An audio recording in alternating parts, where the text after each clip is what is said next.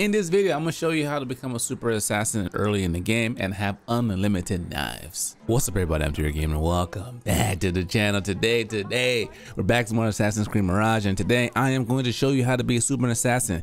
You got this game because you like the assassin gameplay, so let me show you some skills earlier on that I will prioritize in order to have the most efficient gameplay and be super stealthy, do some crazy damage as well. So my fan, without further ado, let's dive in. So to be a super assassin, I got a couple of things. One, I'll just kind of go over the skills first, and I'll kind of show you guys what it looks like to play. In order to get skill points in this game, you have to go through the story. So once you get enough story points to unlock the skills I have here, then you're pretty much good to go the rest of the game.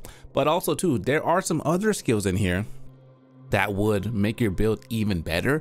The only difference is that would require you playing through more of the game, which will make this more of a late game guide because you don't get skill points outside of doing quests within the game. So for starters, I will start on this route because you have to. This is the phantom route for assassin. After you get a parry, you can kick the enemy, which is cool. Going down here, this is the one I highly recommend. I mean, break fall is amazing. You can fall from very far distance, high distance, and not die, but you take a little bit of damage depending on how high you are. Focus up is good because you get your focus skill as an assassin that allows you to kind of teleport around and take the enemies out, which is really cool. Chain assassins is cool because it allows you to take out two enemies at once with your throwing blade if you do one assassination right next to each other. So I highly recommend that one. Next skill would be the bread and butter, which is airstrike, which is cool because it slows down time while you're in the air, so you can get your knife skills just like that and just do some crazy damage.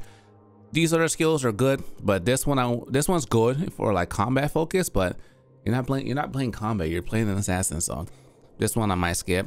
And this one just increases your focus meter faster, which is called focus boost. Moving on to the next side, I recommend a trickster tree next because trickster gives you the most important skill we need to make this whole thing come together. Here, this one's good. You auto collect things whenever you assassinate somebody or stealth kill someone, like whatever items they have.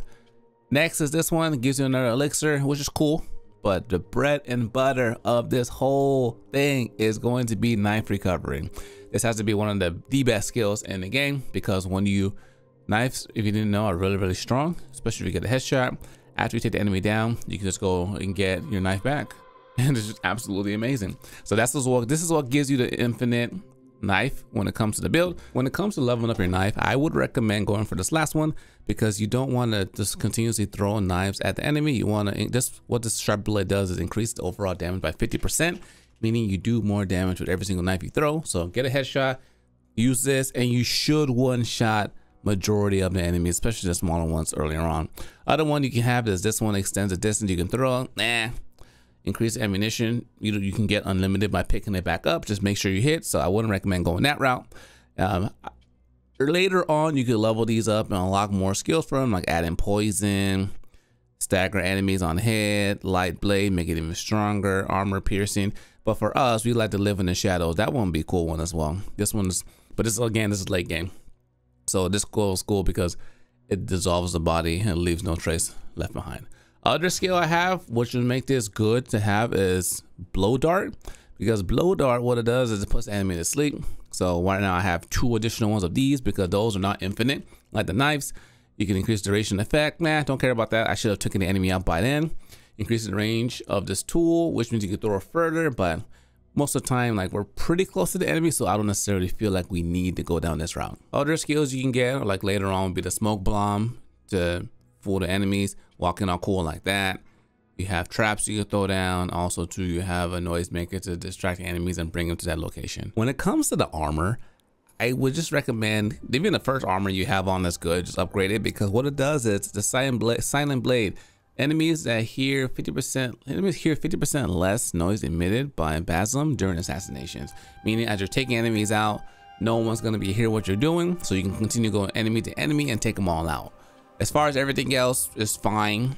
If we get into attacks, if we get into a scruffle, we can parry our attacks, or we do more damage on parries. But the most important thing here is going to be this piece, and just keeping this on. That way you can just keep your assassination going early in the game. I'm right there. Disappear into the shadows. Also too, we have this cool skill that we can throw a knife while in the air. The only thing about doing while in the air is we might not hit the head, but we can definitely take advantage of that. And just like you saw right there, I got both my knives back, which means I never have to upgrade it, and I have unlimited knives. As long as I go back to the body and pick it up, we can get our knives back. Situations like this, unsuspecting, get a little closer. I recognize that if you throw for a further distance, that doesn't always one shot. Oh, actually, it tells you right there how much damage you're gonna do. So you can tell with this one, I'll almost take it out. Oh, that one got taken out. Walk up to it. Oh, well, if the body doesn't fall down, just go next to the body and pick up the knife. And last but not least, we have our focus attack, which is amazing because it allows us to take out multiple enemies at once without them even suspecting it. Boom. Boom. Just like that. And we just finish off that last assassination. Ladies and gentlemen, thanks for watching. Hope you guys enjoyed that. If you're new, make sure you subscribe, give the video a thumbs up. Don't leave. We got more videos coming up. Just click the top right of my next screen. Stay smooth.